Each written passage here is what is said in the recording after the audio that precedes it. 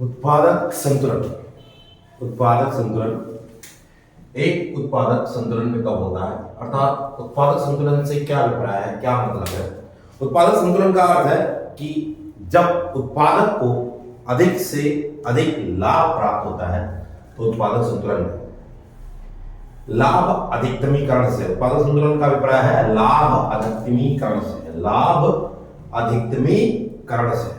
जब उत्पादक को अधिक से अधिक लाभ प्राप्त होता है तो उत्पादक संतुलन में होता है। जब उत्पादक को अधिक से अधिक लाभ प्राप्त होता है तो उत्पादक संतुलन में होता है। अब जो ये लाभ है, लाभ तीन प्रकार का होता है। लाभ तीन प्रकार का होता है। पहला लाभ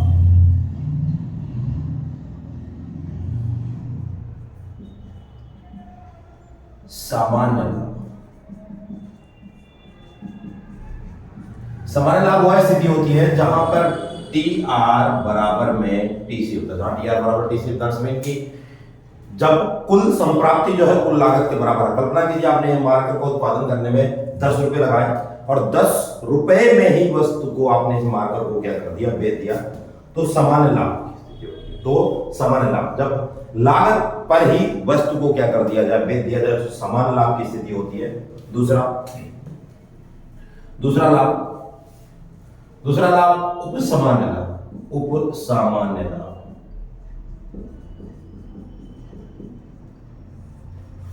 उपसामान्य लाभ वह स्थिति होती है जहां T R less than T C होता है। T R less than T C यानी कुल संप्राप्ति कम है, कुल लागत से कुल संप्राप्ति कम है। इसे उपसामान्य लाभ को अथवा क्या बोला जाता है, हानि भी बोला जाता है। क्या बोला जाता है, हानि।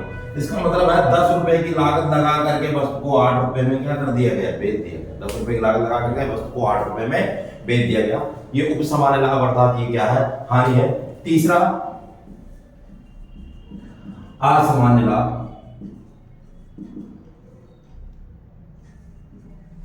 जहां T R greater than T C होता है। इसका मतलब यह है कि 10 रुपए की वस्तु को हमने 15 रुपए में क्या कर दिया, बेच दिया। वास्तविकता में यही प्रॉफिट होता है। असामान्य लाभ वह स्थिति जहां टी आर ग्रेटर देन, यानी टी आर टी सी से क्या होता है, होता है। अर्थात 10 रुपए की लागत लगा, इस मार्केट में 10 रुपए की लागत लगी थी। अब इस मार्केट को हमने 15 रुपए में क्या कर दिया, मार्केट में क्या कर दिया, सोल्ड कर दिया, बेच दिया। ठीक है, तो वो क्या है, असामान्य लाभ। तो ये लाभ के प्रकार, ये लाभ के तीन प्रकार। सामान्य लाभ जहां टी आर बराबर टी सी होता है। उपसामान्य लाभ अर्थात हानि जहां T R less than T C होता है। असामान्य लाभ जहां T R greater than T C होता है। जहां T R greater than T C होता है। तो ये सब लाभ के तीन प्रकार, लाभ के तीन प्रकार। टी आर बराबर T C, T R less than T C और T R greater than T सी।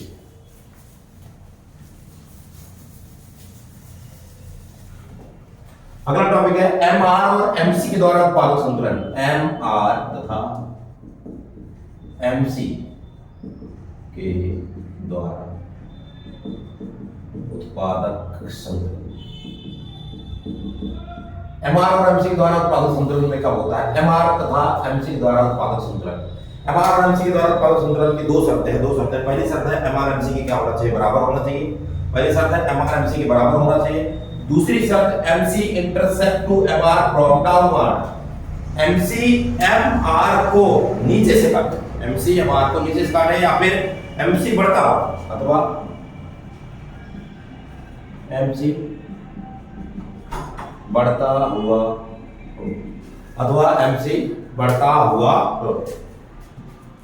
MR और MC के द्वारा उत्पादक संतुलन की दो शर्तें हैं। पहली शर्त है MR MC के बराबर होना चाहिए और दूसरी शर्त है MC intercept to MR from downward अथवा MC बढ़ता हुआ होना चाहिए। तो MC बढ़ता हुआ होना चाहिए। तो ये उत्पादक संतुलन की दो शर्तें हैं। अब इसे ग्राफ के द्वारा समझते हैं भाई उत्पादक संतुलन में कहां पर है। तो ये जो सीधा x अक्ष के पैरेलल गया हुआ है, x अक्ष के समानांतर गया हुआ है, ये MR है। MR ही बराबर AR होगा, यही बराबर में प्राइस भी होगा।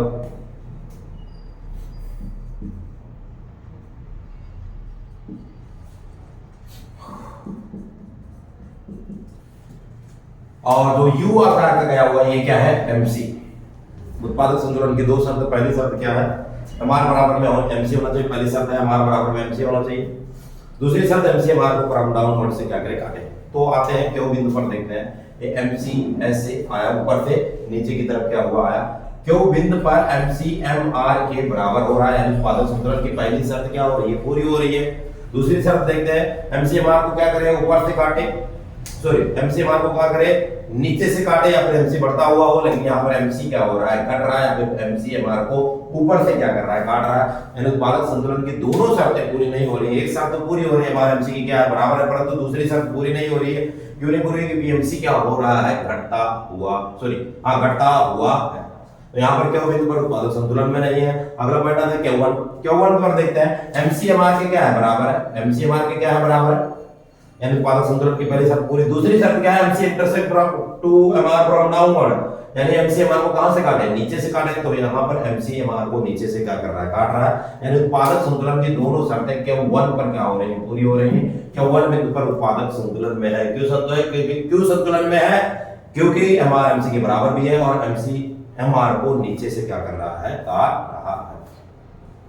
अब देखते हैं टीआर और टीसी के द्वारा, हालांकि ये सिलेबस में नहीं है और आने का मुश्किल ही चांस है। टीआर और टीसी के द्वारा उत्पादक संतुलन, ये जो 45 डिग्री से गिरा हुआ है ये टीआर है, और ये जो ऐसे गिरा हुआ है ये क्या है, टीसी। ये टीआर है और ये टीसी, टीआर है और क्या है, टीसी। यहां पर सबसे ऊपर है टीआर और नीचे क्या है, टीसी, सॉरी ऊपर है टीसी, नीचे क्या है, टीआर। तो यहाँ पर उत्पादक को हानि हो रही है क्योंकि लागत ज्यादा आ रहा है और संप्राप्ति क्या है, कम। लागत ज्यादा आ रहा है और संप्राप्ति क्या है, कम है। ये ए बिंदु पर जहां दोनों एक दूसरे को इंटरसेक्ट कर रहे हैं, यहाँ पर टीआर और टीसी दोनों दूसरे के बराबर है, यानी यहाँ सामान्य लाभ की स्थिति है, यहाँ हानि की स्थिति है, यहाँ सामान्य लाभ की स्थिति है। इसके बाद आता है यहाँ पर टीआर, देखो ऊपर है, टीसी, टीसी क्या है भैया, देखो ये पढ़ा ले, ये पढ़ा रहे वहां पे बोले भैया नहीं आए, कहीं गए। ऐसा है भैया, पता भूल गया बात कर ले।